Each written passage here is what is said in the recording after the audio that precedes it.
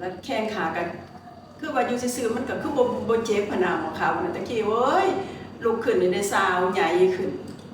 มันเป็นจังซั่นน่ะหัวเข่าก็คือว่าบ่เจ็บบ่ปวดย่างไปวัดไปหยังก็แบบธรรมดาแล้วก็บ่เมื่อยเด้อจ้ะติคาแม่กินน้ำมังคุดมานี่บ่เมื่อยเด้อจ้ะบ่แข็งแรงบ่เมื่อยแม่ก็ว่าสุดยอดอยู่เด้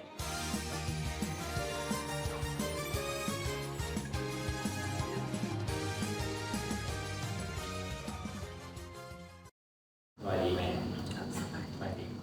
ลูกเองก็ซื้อบุญเกิดพันธวงศ์เป็นผู้จัดการบริษัทงามคุณคิดมงคุณต่อ5การนารินประจำอยู่สปลาวเป็นแห่งน้ำยิบอยู่บ้านคำสว่างเมืองไซเซธาเนาะนครหลวงจันทร์อยู่ใกล้ๆบ้านแม่เนาะก่อนอื่นว่าลูกก็อยากถามแม่ว่าอยากให้แม่แนะนำสื่อเสียงแห่งนามแม่นะจ้ะแม่น่ะเป็นชื่อแม่สิงห์คำบุภาสิรินามสกุลน่ะอายุแม่น่ะพอดี70 ปีนี้แหละอยู่บ้านโนนหวายคลอง8ก่อนที่แม่จะมากินน้ำมังคุดเท่านี้แม่เคยเป็นพยาธิอย่างมาก่อนไหมอันพญาตินี่เนาะมันมี2-3โรค1ละเจ็บหัวเข่า2ละเป็นความดัน3ละเป็นตาเป็นลักษณะแล้วก็แบบที่ว่าสุขภาพเฮาแบบอ่อนๆแอดๆนั่นน่ะไปผู้เฒ่าเนาะเดี๋ยวมาหลานแม่ก็เลยได้ยินวิทยุนี่นะเพิ่นเล่าแม่ก็ฟังสุคืนแล้วแม่ก็ติดตามให้ลูกชายนำไปส่งซื้อมาให้แม่กินเพราะว่าแม่หักสุขภาพเด้สมุนไพรอันใดดีเด้แม่อยากนำไปเลยได้เพราะว่าเงินคำมันบ่มีปัญหานะ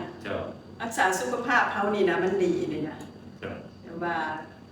เลยได้มาพบมันน้ำมังคุดตองหาตาพนาดินเพื่อนนี่นะกินก่อนโควิดมันก็เป็น3-4 ปีอยู่นี่แล้วนะโอ้แม่กินหลายได้โดนได้แม่กินนะแต่ว่ากินมาแล้วก็แม่ก็บ่ได้อันนั้นดอกกินมากอะมันแบบพยาธิเขาคือว่ามันเบาไปมันแบบที่ว่าก็เลยมาสังเกตตัวเองหมอก็คันเฮาบ่เป็นอีหลีก็บ่ได้ไปหมอแต่9 ปี10 ปีมานี่นะแล้วแข้งขากันคือว่าอยู่ซื่อๆมันก็คือบ่เจ็บพะนาหมอเขาตะกี้เว้ยลุกขึ้นได้ซาวใหญ่ขึ้นมันเป็นจังซั่นน่ะหัวเข่าก็คือว่าบ่เจ็บบ่ปวดย่างไปวัดไปหยังก็แบบธรรมดาแล้วก็บ่เมื่อยเด้อติคาแม่กินน้ำมังคุดมานี่บ่เมื่อยเด้อบ่แข็งแรงบ่เมื่อยแม่ก็ว่าสุดยอดอยู่เด้ตานี่ก็รู้สึกว่าตะกี้ตอนแรงมานี่แบบตาเข่งๆหั่นน่ะมุดมัดไว้ตาแล้วเฮาแบบขยิบๆปานนั้นแล้วมีน้ำตาไหลน่ะเดี๋ยวนี้ขยิบอยู่แต่ว่าน้อยลงตาก็บ่จะแข็งแบบมันคือว่าคล้ายๆคล้ายๆคล้ายๆขึ้นได้คือว่าตาเฮ็ดให้ตาเฮาแจ้งขึ้นเมื่อยใสขึ้นอยากใส่ก็ใส่ขึ้นนั่นแหละตะกี้โอ้ยเสร็จน้ำหูน้ำตาไปวัดนี่คือเขาเจ้าเว้าแล้วอยู่ไทยเขาเจ้าบ้านผู้เฒ่าไปต้องได้เสร็จจังซี่เพราะว่าน้ำตามันไหลเด้เดี๋ยวนี้ไข้แดงถือว่าสามารถบรรเทาอาการเจ็บปวดเฮาได้หลายได้มั้ยเนาะได้หลายเพราะว่าว่าตะกี้คันเรียนว่าเปอร์เซ็นต์ว่า 70-80% ได้แปลว่าแม่ดีใจมีแต่ว่าบ่เมื่อยมาเพิ่มพลังงานให้เฮาบ่เมื่อยเนาะบ่เมื่อยธรรมดาผู้เฒ่านี่มันจะเมื่อยได้อายุ70แล้ว60ปลาย70แล้วมันจะเมื่อยแล้วก็บ่เมื่อยได้เฮ็ดหยังก็ได้อยู่แบบธรรมดาตามอายุเนาะแต่ว่าบ่เมื่อยบ่ฮ้อมันเป็นจังซั่นคือว่าฟังแม่ว่ามานี่แม่ก็ได้ดื่มน้ำมังคุดเฮานี่ก็น่าจะหลายสมควรแล้วนะหลายแล้วบ่ประมาณ 3-4 ปีได้จะว่าเบิดเงินนำบริษัทเพิ่นนี่หลายแล้วเพิ่นสิให้รางวัลหยังล่ะบัดนี้ตัวนั้นเป็นก็มีของขวัญให้แม่อยู่เป็น แล้วก็จะมา เอา เอา เป็นอย่าง ให้ เจ้าบ่เป็นอย่างบ่เป็นอย่าง เป็นสูตรใหม่ตัวนี้นะ ว่า เป็นขวดสีเขียว อ่า จะมาให้แม่ลองดื่มเบิ่ง คือกันเนาะ เจ้ารสชาติคล้ายๆกันแต่ว่ารสชาติจะเป็นเผ็ดหน่อยนึง อืม อันตัวนี้มันจะป้องกันพยาธิไข้หวัด โอ้ เป็นไข้ บอกเป็นมักแพ้เด้อ เจ้า มักแพ้อากาศก็กินควรแต่ว่า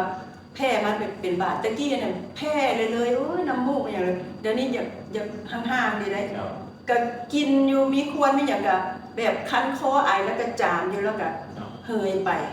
เจ้า ตะกี้โอ้ยเป็นอยู่เรื่อย เป็นจังซั่นน่ะ ถือว่านำคุณเราสามารถตอบโจทย์ให้แม่เนาะแล้วสามารถช่วยบรรเทาอาการของแม่ที่เคยเป็นมา แม่ ถึงว่าบ่ร้ายกันหน่อยหนึง แม่นบรรเทาเฮา จะบรรเทาอาการ แม่น ก็ดีใจเนาะ แม่น ที่ว่าแม่กินแล้วรู้สึกว่าทื่อ เจ้า แล้วก็แม่ก็สืบต่อกินต่อไปนะแม่เนาะ กินให้เพิ่นมาเมื่อวานก่อนนี่เด้ ครับ เพิ่นแล้วก็สร้างให้เพิ่นเอามาให้แล้วตะกี้ ครับ ให้ลูกสาวพาไปนั่นไปวัดพระเจ้าประถามทุกคำเจ้าคือบ่เห็นเป็นหยังว่าซั่น